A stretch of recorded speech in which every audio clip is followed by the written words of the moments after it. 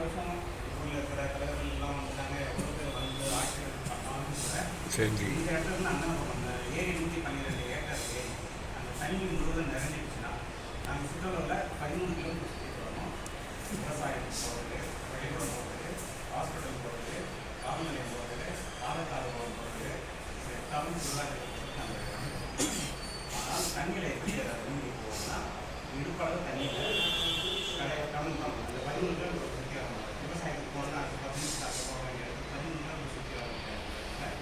இப்படி தான் இந்த 50 பாட்டிலையும் நாங்கள் இந்த மாதிரியான சுச்சுவேஷன் சூழ்நிலை இப்போ நாங்கள் இளைஞர்களாக ஒரு 25-26 ஆண்டு காலமாக நாங்கள் எங்கள் கிராமத்துக்கு தேவையான எங்களால் முடிஞ்ச ஒரு இளைஞர்கள்லாம் ஒன்று சேர்ந்து அந்த இடத்துல என்ன பண்ணலாம், ஒரு திருவிழா மாதிரி வச்சுருக்காங்க. அந்த இடத்துல இந்த பக்கம் மழை பெஞ்சு இந்த பக்கம் போகிறதுக்கு ஒரு திறமை இருக்குன்னா நம்ம ஏதாவது ஒரு ஏற்பாடு பண்ணணும் அப்படிங்கிறது ஃபஸ்ட் டைமாக என்ன பண்ணணும், பனைமரத்தை வெட்டி பனைமரத்துக்கு மேலே வந்து கொம்புகளை எடுத்து வச்சு மக்கள் கரெக்ட். அதுவே நம்ம பெருசாக இதுவாச்சுன்னா இந்த பக்கம் இந்த லேடிஸ் வந்து போகிறாங்கன்னா அன்னக்கூடத்துக்கு போவாங்க. விவசாயத்துக்கு போகும்போது என்ன பண்ணணும், உடவெல்லாம் ஈரமாகிடுச்சு நடக்குது என்ன பண்ணணும், அது பெரிய மிகப்பெரிய ஆளுங்க. அந்த இடத்துல சரி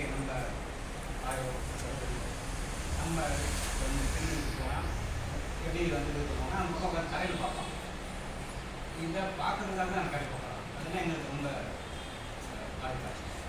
இந்த இடத்துல பாலம் கண்ணு கொடுத்தா நாங்கள் இது பண்ணும்போது நியூஸ் பேப்பரில் 4 செய்தியாக அதன் மூலியம் வந்து செய்தியாக வெளியிட்ட பிறகு வந்து புதிய தலைமுறை நம்மளுடைய விஷயம். அதுக்கப்புறம் ஒரு வாய்ப்பு நம்ம இந்த புதிய தலைமுறையில் போட்ட அந்த செய்தி உலகையே செய்கிறது முதல் விஷயம்.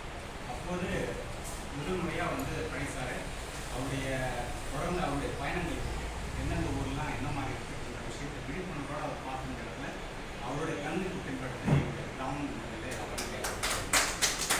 அவர் எழுதாரு. இப்போ பண்ணிட்டு இருக்காரு, நீங்கள் சேர்ந்து பண்ணிட்டு இருக்காரு. அவர் முன்னாடியே என்ன பண்ணாருன்னா யாராருக்கு எந்தெந்த துறைக்கு வந்து கடிதம் எழுதணும், அத்தனை துறைக்குமே வந்து வட்டாட்சியர் அலுவலகத்துக்கும் மாவட்ட கலெக்டர் அலுவலகத்துக்கும் சென்னையில் இருக்கக்கூடிய ஹெட் ஆஃபீஸுக்கும் எல்லாருக்கும் லெட்டர் எழுதாங்க. ஏன் இத்தனை வருடமாக இந்த இடத்துல இங்கே 3500 பேர் மக்கள் இருக்கக்கூடிய இடத்துல ஏன் இந்த பாலம் இல்லாமல் இருக்குது, அதுக்கு வந்து விரைவாக வந்து இந்த பாலத்தை அமைக்கிறோமா அப்படின்னு எங்களுக்கு இது எங்கேயோ இருந்த ஒரு நபர் எங்களுக்கு ஒரு வழிகாட்டும். அதன் மூலியம் 52 லட்ச ரூபாய்க்கு பாலம் கிடைக்கப்பட்டது. 52 லட்ச ரூபாய்க்கு பாலம் கிடைக்கப்பட்டு மீண்டும் அங்கே இருக்கிறவங்க தான் அந்த பாலம் கட்டணும்னு மாட்டாங்க. அப்போது சொன்னோம் தரம் இல்லாத இடத்துல பண்ணுவாங்க. அதுக்கு முன்னாடி என்ன பண்ணாங்க, ஒரு 4 லட்ச ரூபாய்க்கு ஒரு சின்னதாக பாராவதி கேட்குறேன்.